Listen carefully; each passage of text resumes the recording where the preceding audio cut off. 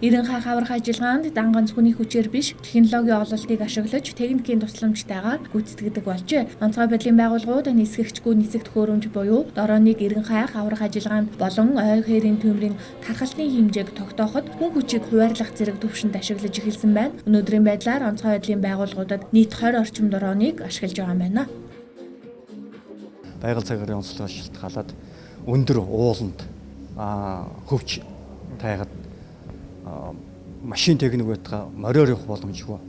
Явган явахад одоо маш олон цаг зарцуулдаг ийм тохиолдол байдаг. Тухайлах юм бол одоо Булган аймаг, Хөвсгөл аймагт гарсан ойрын төмөр, тайгад гарсан төмөрт бид нар тэр төмөрийнхээ голомтод хурч очихын тулд 7 өдөр зарцуулдаг тийм тохиолдол байдаг.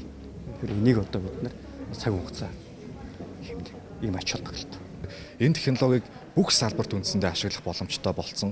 Уул уурхай, газар тариалан, барилга, онцгой байдал гэх бүх салбарт ерөнхийдөө ашиглах боломжтой болсон. Тэгээд хүний биеэр хийх хүний амь нас эрсдэх боломжтой ажиллагаанууд дронуудыг явуулдаг болсон мөн дээрээс нь байгууллагуудын хамгийн үнэтэй нөөц болох одоо жишээлбэл цаг хугацаа зардал мөнгийг өнөөдөр дрон технологийн тусламжтай бид нар хэмнэх боломжтой болсон байгаа маа.